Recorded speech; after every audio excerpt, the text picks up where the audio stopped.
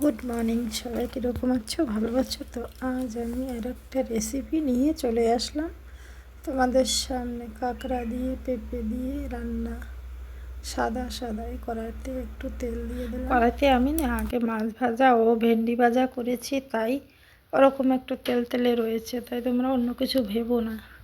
তারপরে দিয়ে দিলাম তেলের মধ্যে জিরেটা লাল হতে হতে আমি তারপরে দিয়ে দেব অন্য কিছু, হলুদ, একটু নুন। দেখো তোমরা, এই দেখো একটু নুন দিয়ে দিলাম, এখনও হলুদ দিয়ে দিলাম। জিরেটা লাল লাল হলে পরে দিলে ভালো হয়।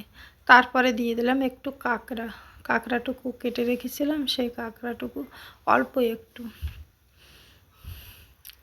দিয়ে নাড়াচাড়া করতে করতে, শরীর এবং মন যদি সুস্থ থাকে সব কিছুই ভালো লাগে বন্ধুরা। শরীর মন যদি ভালো না থাকে কিছু। এখন দিয়ে দিলাম পেঁপেগুলো দিয়েও একটু পেঁপে বড় বড় করে কেটেছি, যে কাঁকড়ার সঙ্গে একটু পেঁপে বড় বড় না কাটলে ভালো লাগে না, কিন্তু ঢাকা দিয়ে দিয়ে যদি ভাজা করি এবং রান্না করি তাহলে গলে যাবে এবং ভালোই লাগবে খেতে। মাথা অনেক ব্যথা করছিল, তাই কথাও বলতে ইচ্ছে করছে না। দেখো এখন পেঁপেটা যখনই একটু নাড়া দিয়ে দিয়ে ঢেকে দিয়েছিলাম, ঢেকে দিয়ে দিয়ে একটু নাড়ছি, আবারই করছি, উল্টাচ্ছি, এইসব করছি। রান্না করতে গেলে লেডিসদের কোনোই কষ্ট লাগে না, তাই না? যারা রান্না করে তারাই জানবে কি কষ্ট আছে কি না। তারপরে দিয়ে দিলাম নুন এবং একটু হলুদ।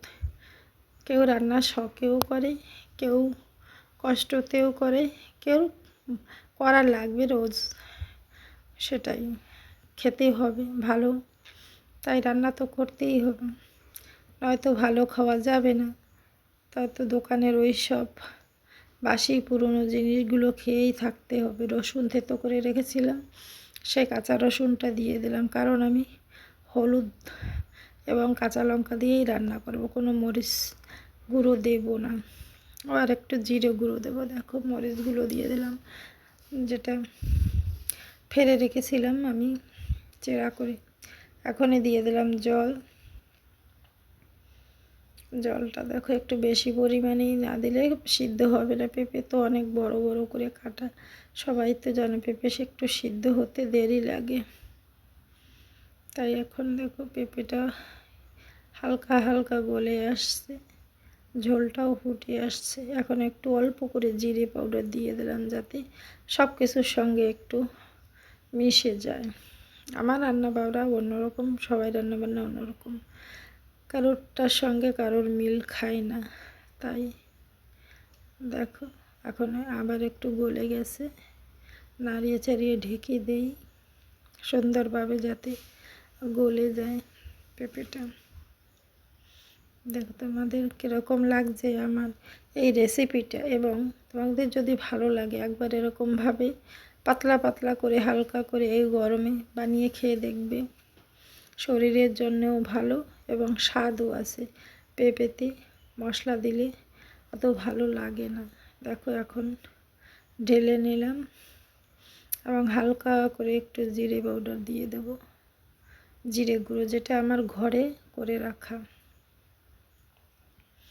সেটা তোমাদের সঙ্গে একটু শেয়ার করলাম। কীরকম লাগলো আমার এই সাদা সাদা রেসিপি একটু বলবে।